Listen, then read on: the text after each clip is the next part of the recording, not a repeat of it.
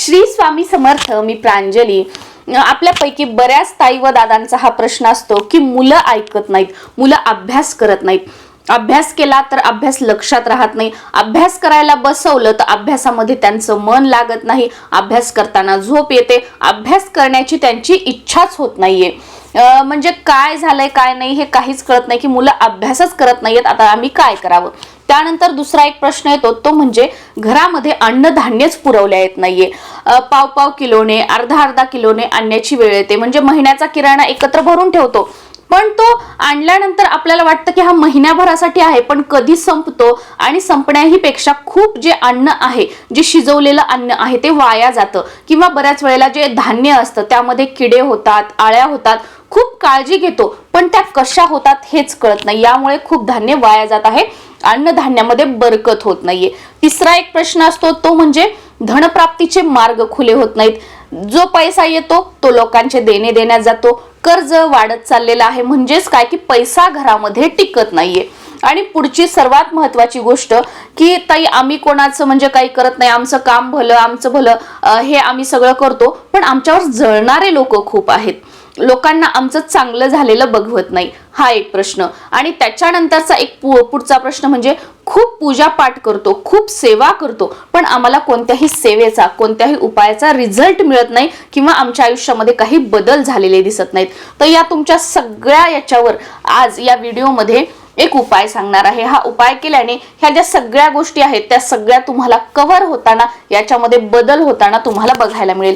आता सर्वात पहिला प्रश्न की तो म्हणजे आम्ही खूप सेवा करतो, खूप उपाय करतो, पण आम्हाला रिझल्ट मिळत नाही. तर याचं एक कारण असू शकतं की तुम्ही तुमच्या कुलदेवीची सेवा करत नाहीयेत. कुलदेवी सोडून सगळ्या देवी देवतांची सेवा करताय, पण तुमच्या कुलदेवीचा मान सन्मान, तुमच्या कुलदेवीचा कुळाचार, कुलधर्म तुमच्या घरामध्ये होत नाहीये. तो तुम्ही करायला सुरुवात करा. बाकी सर्व तुम्हाला जे उपाय आहेत, सेवा आहेत, त्याचे रिझल्ट बघायला मिळतील. दुसरं कारण म्हणजे तुम्हाला पितृदोष असू शकतो. पितृदोषासाठीचे जे उपाय आहेत, सेवा आहेत त्या करा. मग आपले हे जे तुम्ही जे उपाय करताय त्याचे रिझल्ट तुम्हाला आयुष्यामध्ये दिसायला लागतील. आणि तिसरी सर्वात महत्वाची गोष्ट म्हणजे की मी उपाय सांगितला किंवा अजून कुठे तुम्ही वाचला किंवा कोणाकडून ऐकला की या गोष्टीसाठी हा उपाय करायचा आहे, फक्त ऐकला, हा उपाय करायचा, डोक्यात ठेवलं, तो उपाय केला, विषय संपला. तुम्ही असं जर आयुष्यभर जरी उपाय केले तुम्हाला रिझल्ट मिळणार नाही. आयुष्यभर जरी तुम्ही सेवा केली तुम्हाला रिझल्ट मिळणार नाही. आपण बघा, समजा आपण मैत्रिणी आहोत, शेजारी आहोत, तर तू माझं हे काम कर मी तुला ते देते, किंवा तू माझं हे काम कर मी तुला ते काम करते, तुझं असं होतं. पण इथे काय आहे, डायरेक्ट आपलं परमेश्वराशी कनेक्शन आहे, डायरेक्ट परमात्म्याशी आपल्याला कनेक्ट व्हायचं आहे.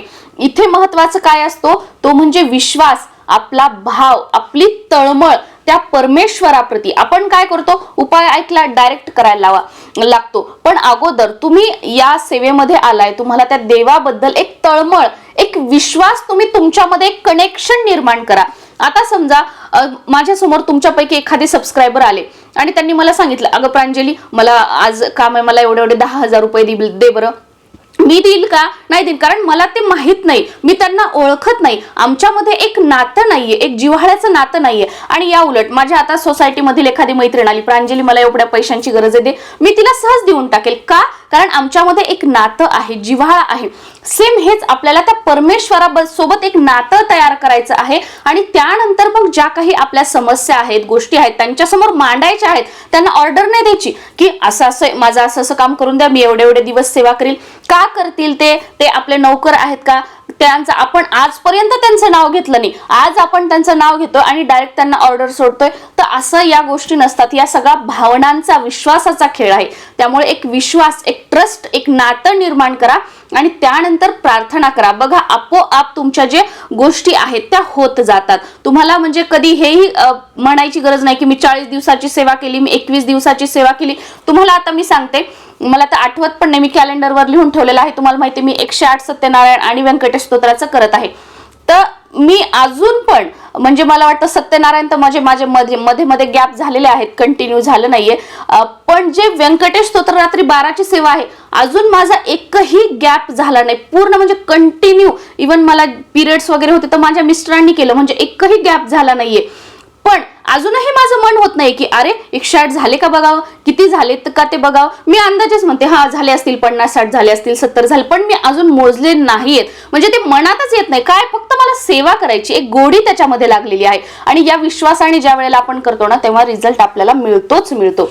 आता दुसरं म्हणजे तर ही पहिली तुम्हाला गोष्ट कळाली. तर सगळ्यात पहिलं की आता लोक जळतात, खूप आपल्याला प्रॉब्लेम येतोय, त्रास येतो. तर माझ्या मुख्य प्रवेशद्वारावर बघा हळदीचं एक स्वास्तिक काढलेलं आहे.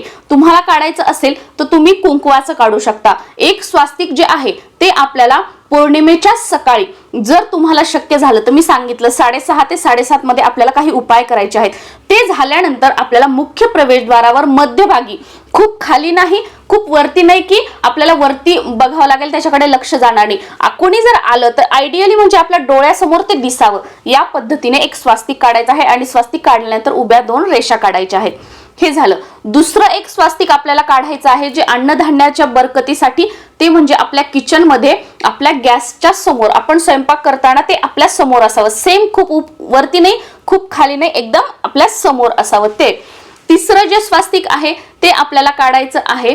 एक पेपर घ्यायचा, जो ड्रॉइंगचा रेषा नसलेला जो पेपर असतो तो घ्यायचा. त्याच्यावर आपल्याला कुंकवाने स्वास्तिक काढायचं आहे. आपल्या या बोटाने काढू शकतो किंवा आपण डाळिंबाची काडी किंवा बडणे वगैरे काढले तरीही चालेल. त्याच्यावर स्वास्तिक काढायचं, सेम रेषा ओढायच्या आणि हे स्वास्तिक सुरुवातीला स्वास्तिक काढून आपल्या देवघरासमोर ठेवायचं. आपली मनोकामना बोलायची की कशासाठी, आणि हे स्वास्तिक काढलेलं जे आहे कुंकवानं हे तुमची जी तिजोरी आहे त्या तिजोरीमध्ये ठेवायचं. पुढचं एक स्वास्तिक जे आहे ते सेम आपल्याला असंच पेपरवर काढायचं आहे आणि ते स्वास्तिक आपले मुलं जिथं अभ्यास करतात तिथे समोर त्यांच्या रूम मध्ये तिथे लावायचं आहे. आणि शेवटचं एक जे स्वास्तिक आहे ते आपण हाताने वगैरे जिथे आपलं देवघर आहे, देवघराची जी भिंत असते किंवा देवघरामध्ये तुमच्या पाठीला देवांच्या फोटो वगैरे ठेवल्यावर जर जागा असेल तर त्याच्यावर आपल्याला एक स्वास्तिक काढायचं आहे. स्वास्तिक काय करतं, सकारात्मकता, पॉझिटिव्ह एनर्जी त्या आसपासच्या वातावरणामध्ये निर्माण करतं आणि जी काही नकारात्मकता आहे, निगेटिव्हिटी आहे ती दूर करतं. हे 5 स्वास्तिक जर या 5 ठिकाणी आपण आपल्या घरामध्ये काढले तर मेन याच गोष्टी आहेत की या गोष्टींचा आपल्याला डे टू डे लाईफ मध्ये रोजच्या रोज त्रास होतो. आणि या ठिकाणी जर आपण स्वास्तिक काढलं तर या जागेवरची जी नकारात्मकता आहे, जी निगेटिव्हिटी आहे ती दूर होईल आणि वातावरणामध्ये आपल्या घरातल्या सकारात्मकता निर्माण होईल. त्यासाठी पौर्णिमेच्या दिवशी या 5 ठिकाणी आपल्याला स्वास्तिक काढायचे आहेत. आणि हे स्वास्तिक पुढची पौर्णिमा आली की सगळे पुसायचे. त्यानंतर दुसरे स्वास्तिक, म्हणजे हा जो उपाय आहे तुम्ही प्रत्येक पौर्णिमा करू शकता किंवा तुम्ही 5 पौर्णिमा 7 पौर्णिमा या पद्धतीने सुद्धा तुम्ही हा उपाय करू शकता. आता जे आपण लॉकर मध्ये आपल्या तिजोरीमध्ये आणि आपल्या किचन मध्ये मुलांच्या तिथे हे स्वास्तिक काढलेला आहे, हा जो कागद आहे तो आपण वाहत्या पाण्यामध्ये पुढच्या पौर्णिमेला प्रवाहित करायचा आणि दुसरं तयार करून लावायचं. आता आपण पेपरवर का लावलेलं आहे की मुलांचं कधी मुलं इथं अभ्यास करणार किंवा कधी मुलं तिथे अभ्यास करणार आणि हे प्रत्येक पौर्णिमेला आपल्याला नवीन काढायचं आहे. जे आपण भिंतीला जर काढलं कुंकवाने तर ती जागा खराब होऊन जाईल, त्याच्यावर परत आपण नवीन काढू शकणार नाही. मग त्याच्यावरच तुम्हाला गिरवत राहावं लागेल, त्याच स्वास्तिकवर गिरवत राहावं लागेल, ते फील येत नाही. त्याच्यासाठी पेपर लावून द्यायचा, मग हा पेपर प्रवाहित करायचा, दुसरं स्वास्तिक काढून तिथे लावायचं. तुम्हाला जर हवं असेल तर तुम्ही भिंतीला पण काढू शकता, पण मी सांगितल्याप्रमाणे हे हॉशपॉश असं होऊ शकतं. आणि जो लॉकर मध्ये आहे तो समोर जर कपाटाला काढला तर आपलं लॉकर आतमध्ये आहे कुठेतरी, किंवा मग तुम्ही लॉकरचं जे डोर असतं जे आपण उघडायचं त्याला काढलं तुम्ही तरी चालेल. प्रत्येक वेळेला ते पुसायचं आणि परत त्याच्यावर काढायचं, पण एवढा कुटाणा याच्यासाठी पेपरवर काढलं तर खूप उत्तम आहे. श्री स्वामी समर्थ.